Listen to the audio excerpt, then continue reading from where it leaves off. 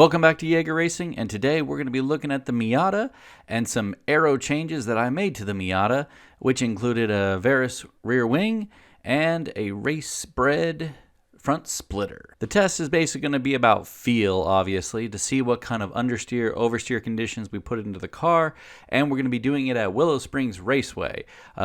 Main reason is high-speed track to utilize on aero with long sweeping corners, so you can really understand what kind of under or oversteer conditions that puts into the car. As well as myself, I also included Nik.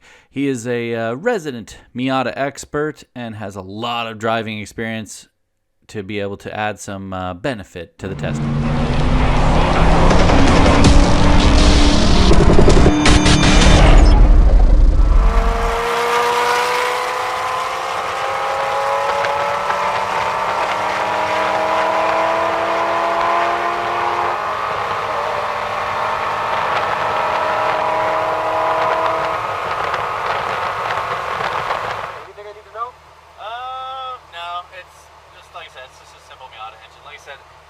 You'll see, if anything bad happens, you'll see a big red screen with a cross in it.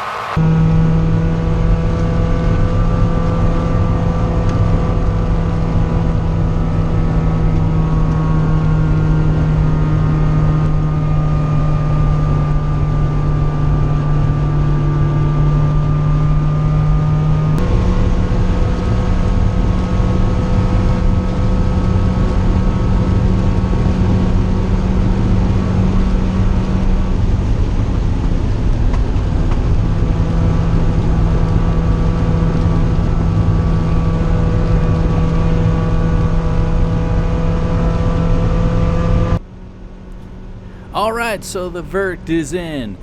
So based off of commentary from both drivers, basically the car is a universal success.